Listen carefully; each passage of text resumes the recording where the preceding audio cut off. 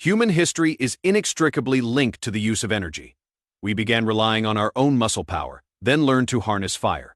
We industrialized the world using coal and oil. Then we mastered splitting atoms, ushering in the nuclear age. At each stage, the scale of our energy collection reached unprecedented levels. Thus, our species advanced to the next phase. Currently, we are slowly transitioning to renewable energy.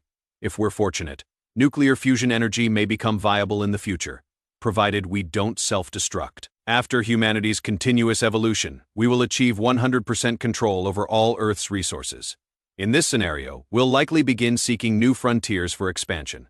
Yet venturing into space is challenging, and establishing human outposts within the solar system would consume immense energy. Fortunately, we know where to find this energy. The Sunday, the ultimate source of energy. The Sunday is a furnace, a Giga-10 circumflex, 20 times more powerful than the most efficient nuclear power plant today. Every second, it emits energy equivalent to 1 trillion nuclear bombs. So how do we harness this energy? Not just a little, but completely. Opening music if we are to extract the maximum solar energy within physical constraints.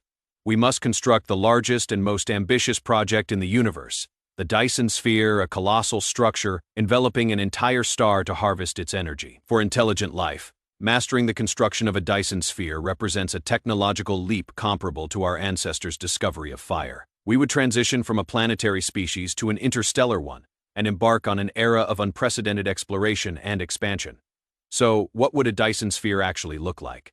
It is unlikely we could build a single, rigid, massive sphere to encase the Sunday. Such a structure would shatter easily upon impact and could drift off, potentially crashing directly into the Sunday.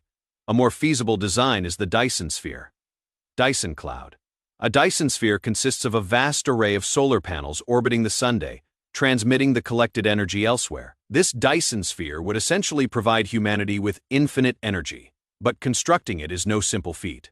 The Sunday is enormous, so we'd need countless satellites. If each satellite were 1 square kilometer, we'd require roughly 30 quadrillion, 3 times 10 circumflex 16 to fully encircle the Sunday.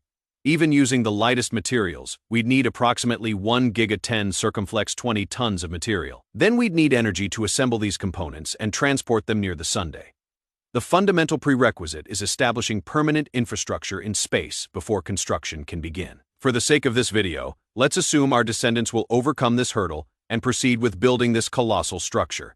We can categorize the challenges into 3 main areas: materials, design, and energy. To obtain the vast quantities of materials required for a Dyson Sphere, a significant portion of a planet must be dismantled into raw materials. Among viable planets, Mercury is the prime candidate because it orbits closest to the Sunday and is rich in metals. Proximity to the Sunday also means materials won't need to be transported far.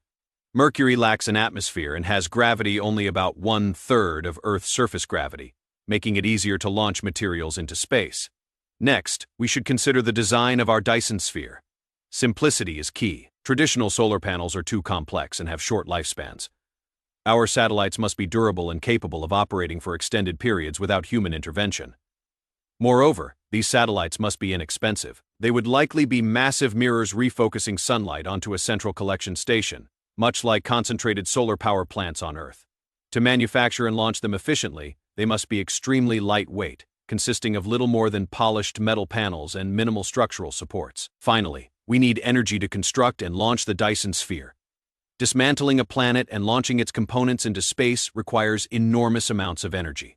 For instance, even if we used all Earth's fossil fuels and uranium with maximum efficiency, we could only launch a mass equivalent to Mount Everest into space. Compared to dismantling an entire planet, that is utterly insignificant.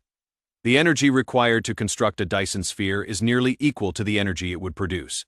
But that is no problem. Mercury receives ample sunlight.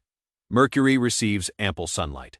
Let's get to work. Human survival requires numerous conditions, and humans are highly sensitive to their environment. Therefore, we aim for maximum automation. Ideally, a small team of controllers would oversee a series of automated machines. We need 4 key technologies: solar collectors, miners, refineries, and launch systems. Solar collectors will supply the energy needed to dismantle the planet. Initially, we might deploy a square kilometer of collectors as mirrors or traditional solar panels. They'll provide power for mining robots to excavate the entire planetary surface. Our refineries extract valuable elements and transform them into components for our Dyson Cloud satellites. To launch these into space, we require a creative and efficient solution. Rockets are costly and difficult to return to Earth for reuse. Instead, we propose employing a railgun, a long electromagnetic track capable of launching our satellites at high velocity. Our satellites will be packed and launched, then unfold like giant origami in orbit. Afterward, we can harness the energy generated by the already built satellites to construct more infrastructure on Mercury and launch new solar panels faster and faster, achieving exponential growth. Each solar panel powers the next one. These 2 panels then build the next 2. 48 becomes 80, 80 becomes 160, a perpetual cycle. After 60 such doublings, the Sunday would be entirely enveloped by solar panels. If constructing 1 square kilometer of solar collectors takes 1